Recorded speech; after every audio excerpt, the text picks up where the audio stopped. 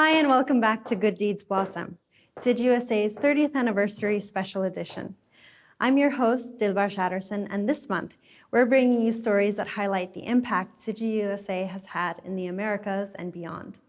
We begin this week on a powerful note, with people who've risen like phoenixes from the ashes. Little over a year ago, some of California's worst and deadliest fires broke out across the state. The Woolsey Fire ignited on November 8, 2018, burning through Los Angeles and Ventura counties. It spread nearly 151 square miles, roughly a third of the size of LA. It took with it 1,600 structures and forced the evacuation of approximately 200,000 residents. Many, like the people you'll see in this video, are still dealing with the immense aftermath of it all. But even after going through their life's greatest challenge, they still find a way to express the positive feelings they felt, knowing they had Tsuji volunteers to rely on.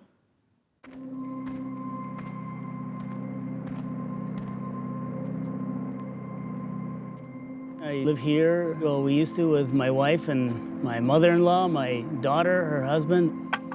We actually left the night before the fire came through here. It was devastation. It was like molten steel. Nothing survived the fire. It was so hot. The mobile home was basically, the chassis was twisted metal. Everything was just melted on the ground like molten. It was almost like a Superman movie.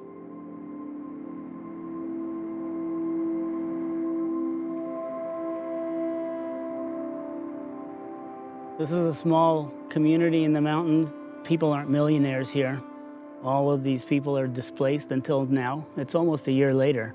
You can see the signs up on the lots. Some people had to sell and move on, and we took it for granted that we live in the Santa Monica Mountains, and you don't realize that natural disasters can happen. In rebuilding, we are planning to be prepared for fire. We are a 35-acre lake in the Santa Monica Mountains of Los Angeles County, and we were dramatically affected by the Woolsey Fire. 84 families lost their homes here. And that was our other next-door neighbor's house. And then that was his next-door neighbor's house. And there are 5 more by the dam. Those are a historic tree for us. They're called deodar cedar, and they're very beautiful. They're like Dr. Seuss pines. One of the most meaningful things that happened right after the fire was there was a disaster recovery center, and one of the most important and most visited spots was Tzu Chi. First of all, because of the blanket. The notion of a comfort-providing, it could make me cry, comfort-providing blanket was a really treasured thing at that time. And then also, there were cash grants that were extremely helpful because people were staring down the barrel of economic anxiety, and Tzu Chi was right there to fill a gap. And then there was also a beautiful message of hope that Tzu Chi was talking about, and it felt like there were professionals in the room who understood how to navigate a future that seemed very uncertain. So it was beautiful.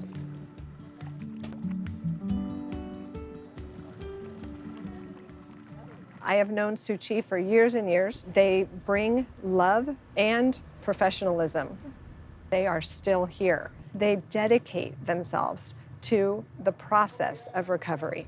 We have been working with about 50 different households. We visit them at their temporary residence to meet with them to check into their recovery plan.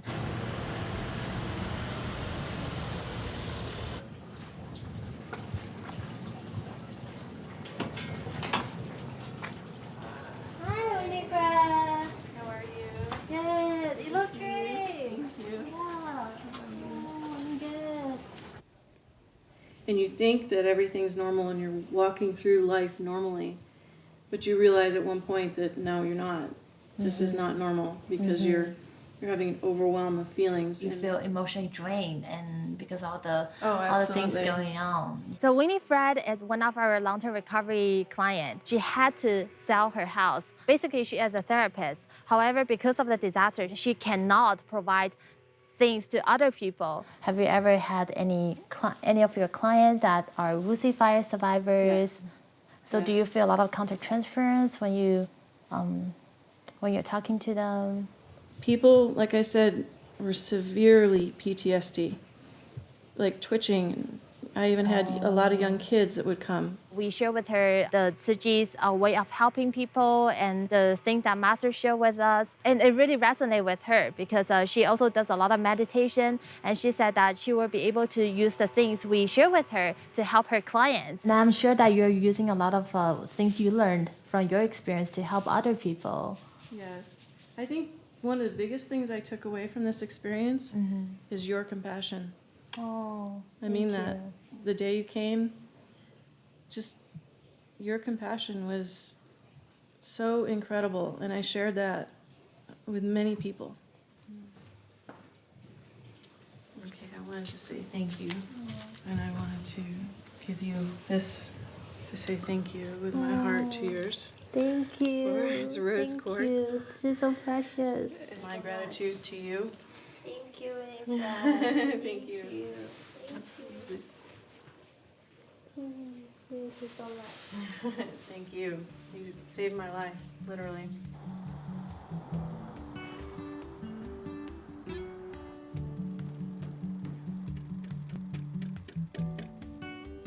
Fire was marching down the canyon here. The fire wrapped around us like a tornado. My son and I were here defending the house and eventually had to abandon our efforts. Bowl of water for the dog here. Here, look. Want a drink? Here, get a drink. We got our camper van and evacuated down to Zuma Beach, and then we were able to get the camper van back over here on the property, and my son is staying in that.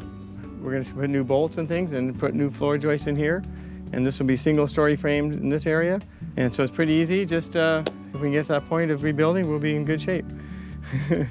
That's the less challenging part, I suppose, once we get to start building. But we did find out there's so many helpful people out here that just want to give and want to help who maybe weren't affected, and they want to come in the areas and help out any way they can. How you doing? Hey, I'm your friend. Good to see you. Good to see you Yeah, too. Paul, yeah. We come here with love and compassion because for a lot of disaster victims, what they really need is not just money, but more importantly, to have someone there to provide them support, to let them know that they are not alone, they are not forgotten. When they give relief to people, they give you one of these little canisters. It's been about, 10 months now, 11 months, and we have it filled with quarters, and I was gonna give it back to the group this afternoon. Since your group, we met them at one of the booths a while back. Yeah, they had given us one of the blankets that your group makes. Oh, yeah. Yeah, and we cherish it. It's so nice and soft. And they'd given us one of these cans to fill up with quarters Oh, my God. for keeping the thought going and more donations and stuff. So we actually have it all filled. I wanted to give that to you guys. Oh, thank you so And much. thank you Paul. guys. Let me give you a Oh, hug. yeah. Oh, thank you so much. Really Thank you. appreciate it. Really all. appreciate it. Oh, I appreciate it too. Make sure to pass it to the next person. Yeah, and your group is so good too. I'm just glad you guys are able to have the resources to be able to give back to people like that. Just like the warm feeling one gets from a cozy blanket, Tzu Chi volunteers strive to show the people they serve some comfort and positivity. This could not have been more pronounced than during the campfire in Butte County, California, which, coincidentally, began on the same day as Woolsey. Yet it proved far deadlier. More than 80 people died and over 19,000 structures were destroyed, the entire town of Paradise along with it. About a quarter of homes were not fire insured, leaving many with little resources to move forward after losing everything. But insured or not, families still had an entire life to rebuild from scratch. Tzu Chi USA's Hope Heals campaign last year sought to help. In the weeks after the campfire, volunteers were able to provide thousands of families with a collective total of $4.2 million in emergency aid, blankets and scarves, bamboo banks, and a shoulder to cry on. Many locals, themselves rattled by the devastation of the campfire, embraced the call to action and pitched in to help. Now you'll see how they're working hard, even a year later, to help heal their still fragile community from within. We're in Paradise now. And as you can see, if you look around, there really is very few areas that the fire didn't touch. It's really weird because when you look into the sides of the road, now you can actually see several hundred yards back into these neighborhoods. Back when these houses were here, you couldn't see anything. All you could see is the houses that lined the streets here. Yeah, this was my town. It's hard to say what these trees mean to me when I can taste them out. Fire destroyed everything that I had physically, like all my physical possessions, but I still had my music inside. My heart always goes home to paradise. I had a feeling that the song that I wrote was going to mean a lot to people, and you know, when I posted it for the first time after I first wrote it and put it on Facebook,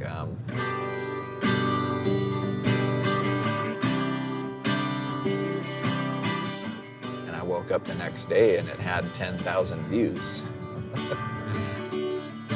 It's hard to say what these trees mean to me. Okay, that's amazing. They've cleaned up Alan's house. I haven't seen that yet. And they've cleaned up my house. Wow. Okay, this is my first time seeing this. I have not seen my cleaned up property yet. Wow. This is where my house was.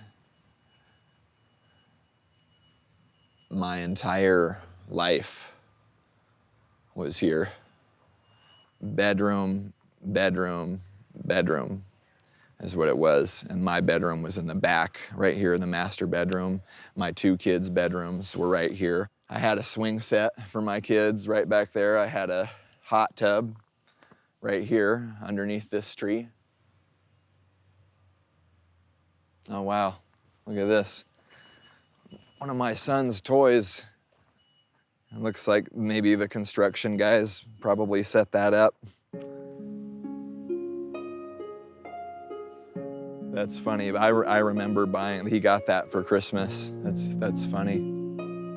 Kind of sad too when you look at it though, because it's like that's all that's left of our life here.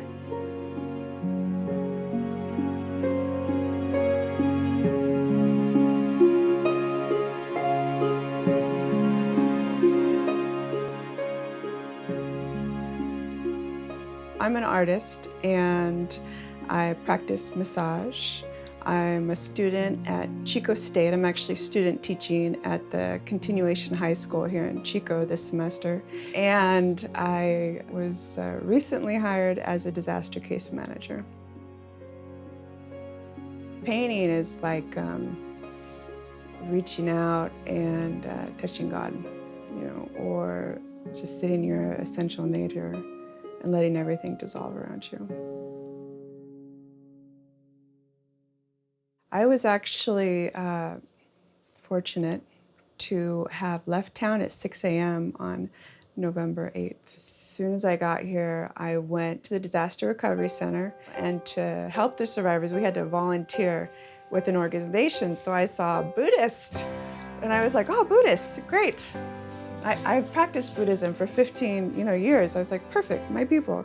Then I was there every day for the next month. And that was how I met Suu Kyi.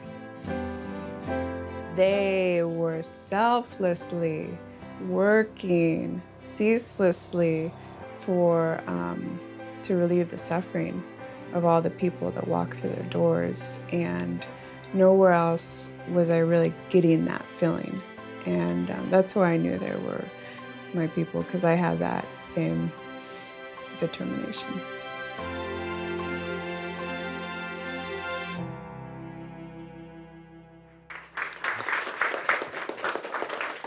So I can see a lot of faces, very, very familiar, way back in the DRC Seal Center. I want to congratulate the United Way to have the new office here.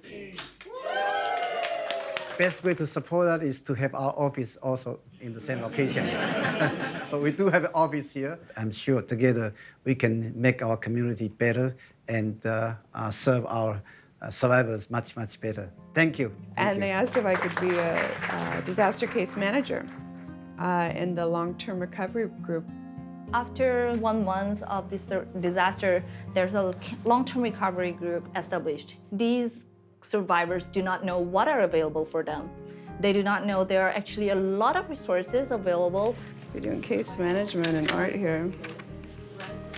So disaster case managers, we work on gathering all this information, knowing what are the needs of these clients, and then leading them to reach their goals. For example, emergency funds assistance. There are also some agencies providing rebuilding tools or like trailers providers, temporary housing, employment, medical services, and all those things, yeah. When I meet with the survivors, they have like a fog over them. Their thinking's completely muddled. And a lot of times they start out with the day of the fire. We listen through that and then, there's tears usually.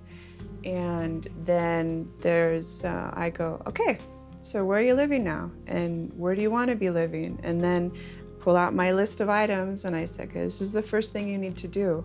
And they say, oh, you're gonna help me? I say, yeah, I'm gonna help you.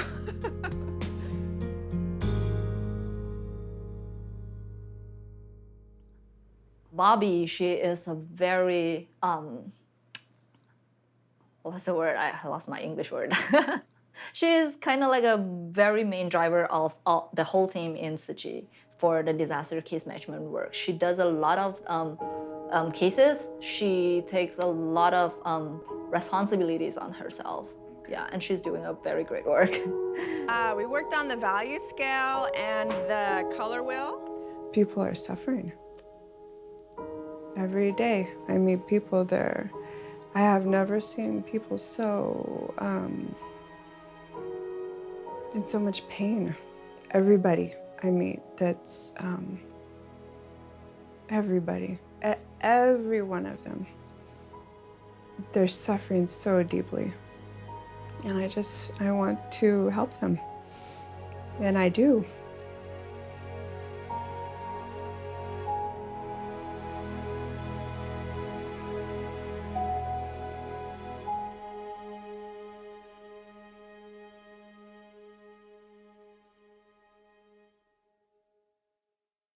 Initially, I came into contact with the Tzu Chi Foundation at a donation center. So today you will receive a debit card with a value of $600. That's incredible. And I evacuated with these two guitars right here. After the fire, when I met with the Tzu Chi group, they gave me the $600 card, and I was able to get this this guitar in the middle right here, which is, it's beautiful, it plays great, and I needed it to continue performing in the community and stuff.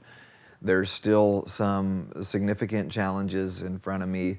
I'm still looking for work. I'm still taking care of my kids full time, and still looking for the next chapter of my life to begin post-fire in a professional setting.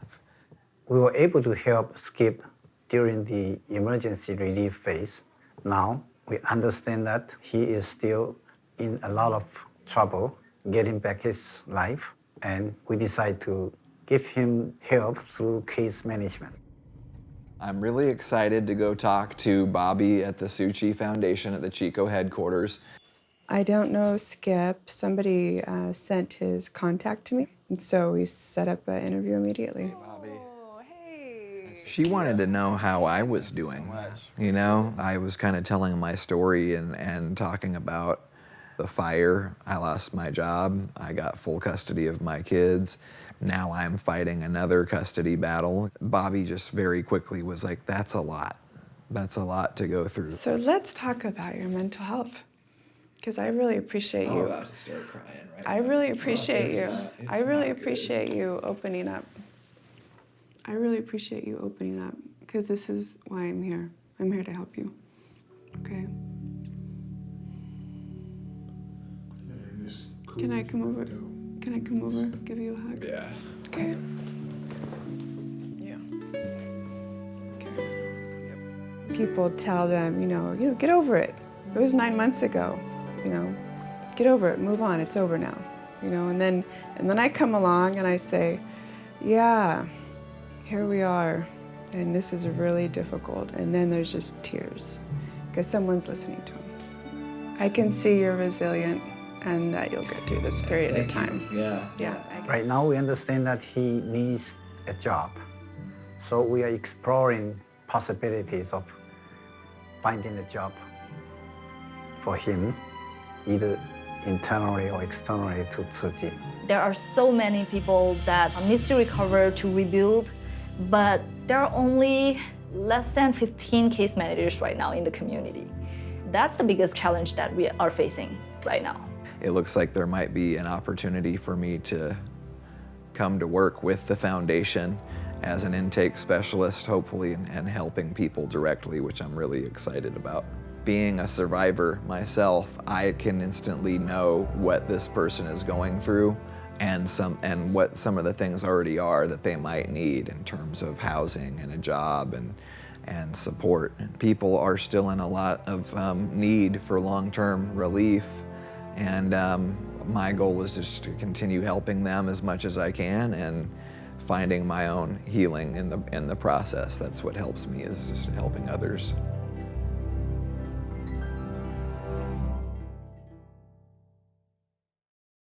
In our hearts, we're all saying prayers for those families struggling through the aftermath of California's devastating wildfires. When we have these kinds of feelings, what can we do with them? Dharma Master Jungyan says, give compassion a form with concrete actions. This can be anything from making someone's day brighter with a smile, saving money to donate to a good cause, or volunteering your time to an effort that tugs at your heartstrings. The karmic energy we put forth can help heal and inspire others to pass it on, especially as the frequency of disasters increase with time. In fact, statistics say that 1 out of every 5 Americans has already had to evacuate their home at least once in their lifetime. With the future looking increasingly dangerous, now is the time to act. Long after the Woolsey campfires, we're seeing more and more individuals join Tzu Chi's ranks and committing their time and energy to long-term care and assistance to families still in need. They make it their mission to see the unseen and be there for them for the long haul. Thank you for watching today's episode of Tzu Chi USA's 30th Anniversary Special Edition, Good Deeds Blossom. Be sure to tune back in tomorrow, where we'll travel down south to visit people driven out by hurricanes and floods, but are also keeping their heads above water. From the Tzu Chi Center in New York City, I'm Dilbar Shatterson, and I'll see you then.